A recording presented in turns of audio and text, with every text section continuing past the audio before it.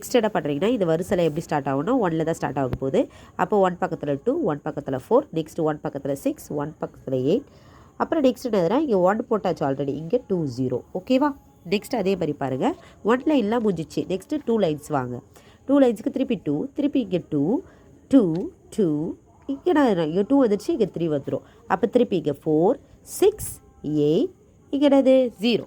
Next திருப்பி என்னது 2 வரிசைலாம் முடிஞ்சு போச்சா இங்கே. நெக்ஸ்ட் என்ன பண்ண போகிறோம் 3 வரிசை. ஓகேவா? அப்போ திருப்பி என்னது 2, நெக்ஸ்ட் 3, 4, 3 என்ன வரும் 6, 3, 8. நெக்ஸ்ட் இங்கே 3 ஆல்ரெடி வந்துச்சு, அப்போ இங்கே என்ன வரும் 4 0. ஓகேவா? நெக்ஸ்ட்டு பார்த்தீங்கன்னா இப்போது 3 இங்கே ஆல்ரெடி முடிஞ்சிச்சு, இங்கே என்ன வரும் 4.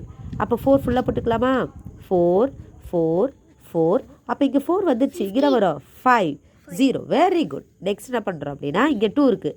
2, 4, 6, 8. நெக்ஸ்ட் அதேமாரி இங்கே 4 முடிஞ்சிச்சு, இங்கே என்னது நெக்ஸ்ட்டு 5.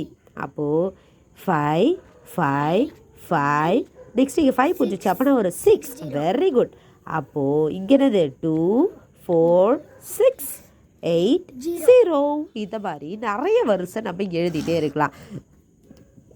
ஓகே மேம், இதெல்லாம் சொல்லிட்டீங்க, ஆனால் புஷ்பா சாங்குன்னு சொன்னீங்களே அது எங்கே அப்படின்னா ஒன்றும் இல்லைங்க.